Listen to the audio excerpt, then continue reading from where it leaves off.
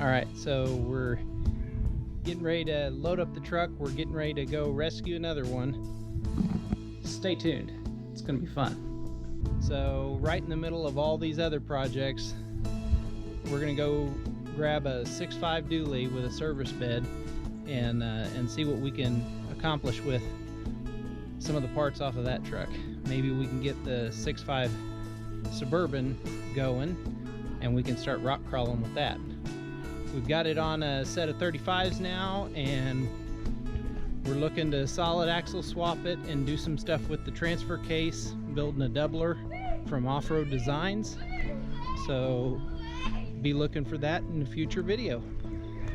But right now we're loading up the truck and trailer, and we'll probably leave in the morning to go get that dually. Alright, so I don't know what happened to the audio in this next clip, but suffice it to say, I'm still waking up and we're headed down the road. It's early in the morning.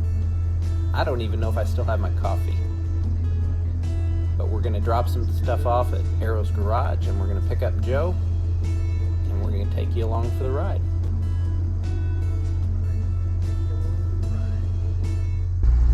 So we stopped by Arrow's garage. Look what we picked up. Hey, how's it going? So we've got a couple of miles ahead of us. Turn left onto US 60 East Valley Street. And we are gonna go pick up that dually. I'm surprised nobody snatched that thing up. Dude, I'm telling you, he marked sold on that so quick, I thought that I didn't get it, or that he wasn't going to show it to me, and I had made plans to go down there today. And so he texted me back after about 2 hours. No, I didn't sell it. I was waiting for you. And I was like, oh gosh. So hopefully it's got good enough parts on it that I can use it to get the Suburban going. But he texted me this morning, and I haven't read it. I mean, you know how instant messenger it'll show that you read it, but it'll still show you the message before you read it. Yeah. But it says that he took the pictures before the motor locked up, and so those tires aren't on it anymore. Oh, that sucks. But it does have 2 brand new batteries, he said. So there's Those that. tires were. They looked like they were pretty all right new. Yeah. I think so. I had talked to him yesterday on the phone, and he said that he would go ahead and leave the fuel cell in it, because he was talking like he was going to pull the fuel cell out. And I was like, oh, okay, so that doesn't go with it. I was really eyeballing that. I was going to use it in my truck. We're getting ready to take a trip to Kentucky, and like, oh, I'll leave it in there. I didn't have anything to do with it.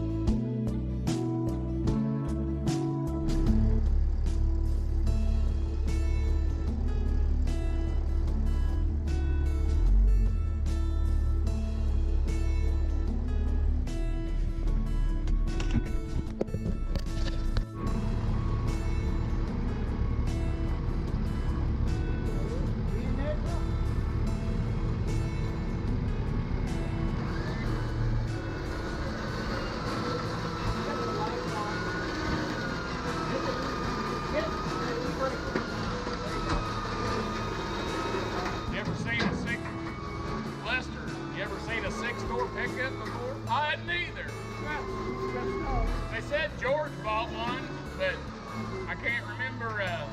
He had his built, I think. These guys built their own. I had to roll it slow back to Cape Fair. Hopefully we can find somebody with a compressor there. You think you're far enough forward? There's a lot of weight in the back.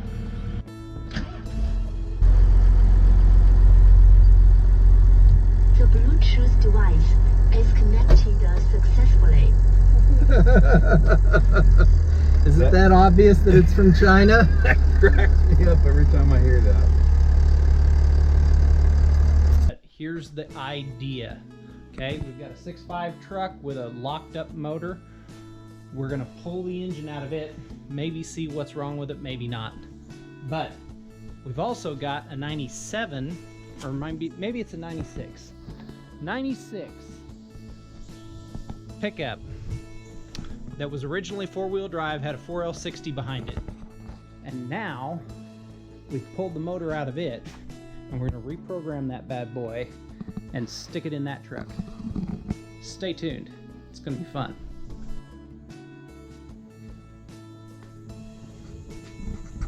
Okay guys, welcome back. In this truck we've got a 6.5 diesel.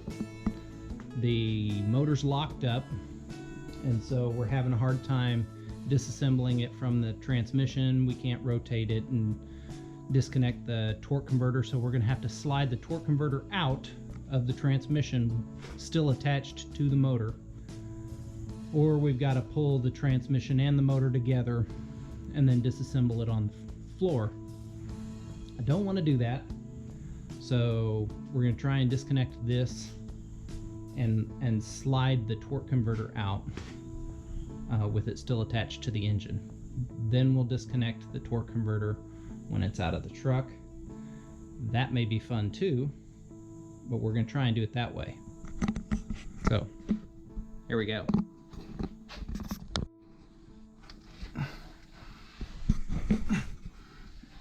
Okay, so we got 6 bolts all the way around the transmission that hold it together, and we got to break them loose. A little bit of a pipe.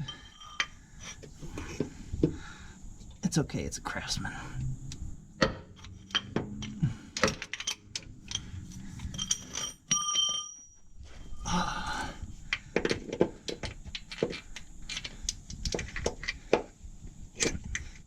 Oh, still tight. There's one.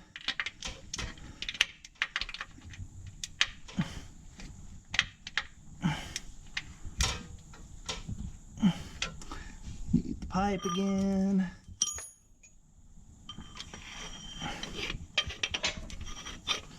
Open hand, so it's not a knuckle buster. Loosen it up, lose the pipe. Yeah, there we go. 4 more. Okay, also, since the transmission's staying in the truck and the dipstick tube is mounted to the manifold, we're going to loosen it up here and see if we can leave the dipstick in there. If not, we'll just pull the dipstick and then we'll put it back in before we stab the 350 back in. It's a 15mm bolt. Impact makes short work of it.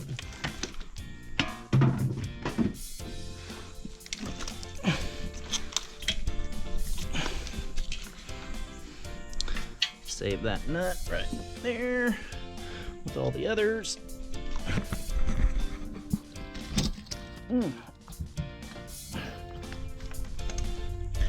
Yeah, that's gonna be fun. Okay.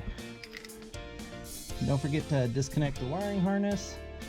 It's gonna go with the engine. Make sure you're all disconnected down here. Disconnect the fuel lines, either up the engine or down here on the frame. One or the other, because they're connected And you got 2 more bolts on this side.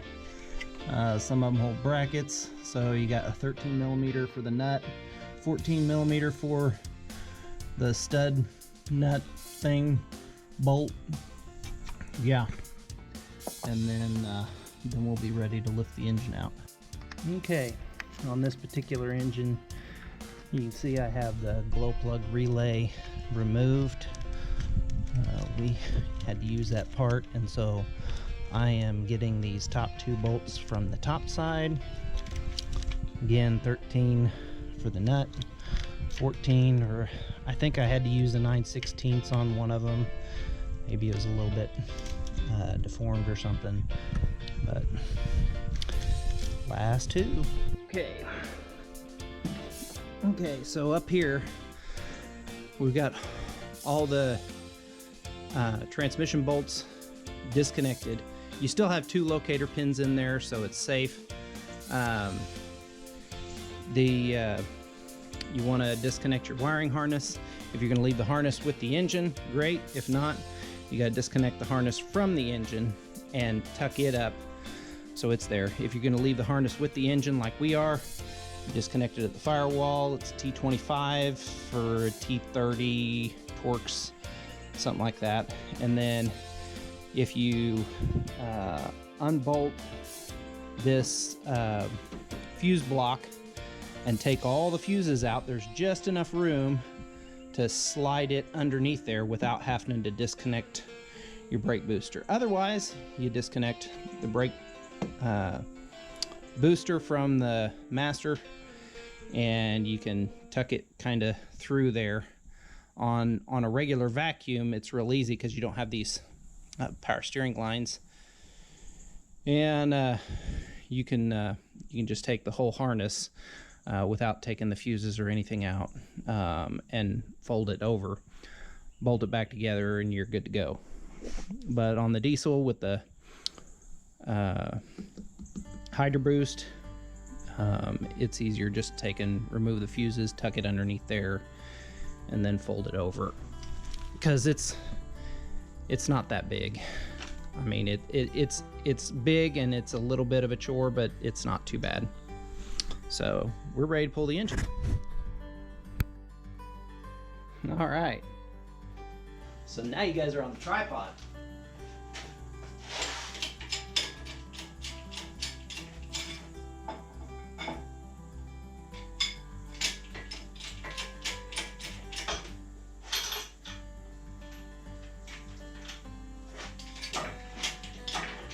Let's see if we can lift it high enough to get it over these motor mounts and slide it forward. Keep in mind we got a ratchet strap on the transmission so it doesn't drop once we get it pulled.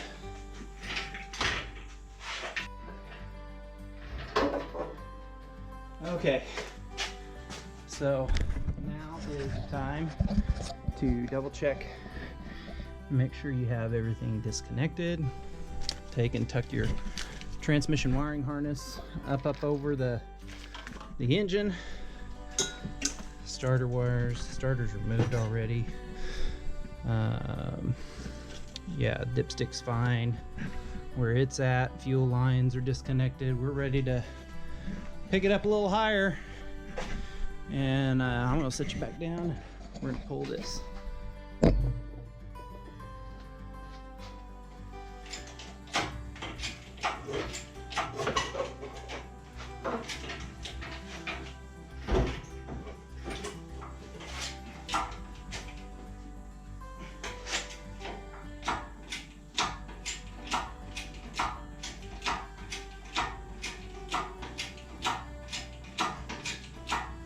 Okay, so motor mounts are a little different from 4-wheel drive to 2-wheel drive, but I think as long as we keep the brackets from the engine, it should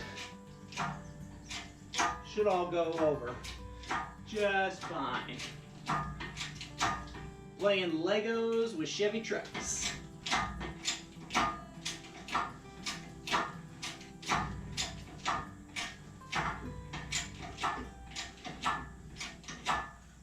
Okay.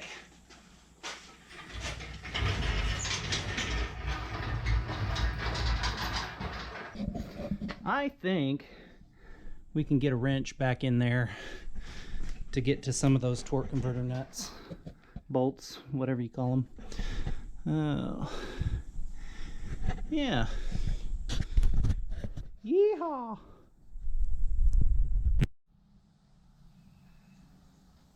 Okay, so I was getting pretty anxious. I got the 6.5 out. I got the 350 ready to put in, and we were able to get the torque converter off with a ratchet wrench down in beside there, and then I went to looking at the flex plates, and you got the 6 holes here, and I thought I better double check and make sure that this thing has got 6 holes, and it does, but I think they're going to be different. So don't forget to measure that and double check. I don't think I'm going to be able to put it in today. We got close. The computer's off and away. We shipped it off to get it reprogrammed yesterday, and so I've got to wait for that anyway, but I think I'm going to double check and see if there's a different flex plate for this thing, measure it out a little bit better, make sure that it's going to mate up. I think the flex plate is different, so we're going to order that, and hopefully it'll get here about the same time the computer does. We'll slap her in there and get this truck running. Here's what I'm talking about. Here is the 6.5 torque converter flex plate, and it goes on like this, but we're gonna flip it over. Here's the 5.7,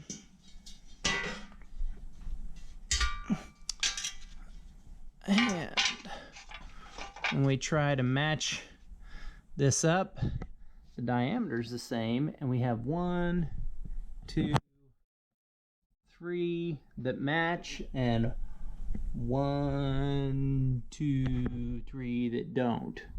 So I looked up on Rock Auto, great resource, compared the part numbers and some of the descriptions of the part numbers between the 6.5 and the 5.7 and the 4L60 and the 4L80 transmission flex plates. They make a 4L80 flex plate for a 5.7. It's part number ATP Z-167. Right now they're between $30 and $40, so we got one coming. So another day, still waiting on the flex plate, but we're gonna switch gears here. I've got another project that I'm working on. So a while back, we picked up a 2002 Chevy Suburban, and I'd like to be able to start using this because it's got a 5.3, and I'm really kind of intrigued with these motors. It's a 2002. It's 20 years old now. But this one has 300,000 miles on it. I want to start using it. I want to start seeing how the 5.3s tick, and eventually I think I want to be able to tow that with it. Well, as you can see, it doesn't have a receiver hitch, so we're gonna try and remedy that, and we'll just see what happens. Well, after careful thought and a little bit of measuring, we're not ready to tackle this yet either. Okay, so instead of working on that hitch, and we can't put the motor in yet, so we're going to transfer a bunch of the little stuff that would take too much time later. So the 96 has this toolbox, And it's got a little bracket there for the charcoal canister that we don't have for the 99. So we're gonna go ahead real quick, pop that out, because when we scrap this 96, we're not gonna have anything to go pop out. This is what we're taking out. We gotta take this out to get to the bolts that are in the core support, so that we can grab this charcoal canister and this bracket that that toolbox mounts to. So I went to remove that. That's a 7mm. This is a 10mm. And then I pulled this out and was looking at it, and they're bolted from the front side. So it looks like, yeah, right inside there. Looks like that's going to be a 13, and so's that one. Well, I forgot to hit record, but suffice it to say, I got it installed, and now we have a toolbox, we have the charcoal canister, we have the computer mount. This is still going to fit nicely. I don't know what that was, some aftermarket thing, probably for some lights or something like that. So yeah, that's all going to fit nicely. It looks just like the 96 did, and so it's going to work great with the 96 motor, the 96 computer, even though it's a 99. So we're going to keep working on it and see where we can go from here. Thanks for watching.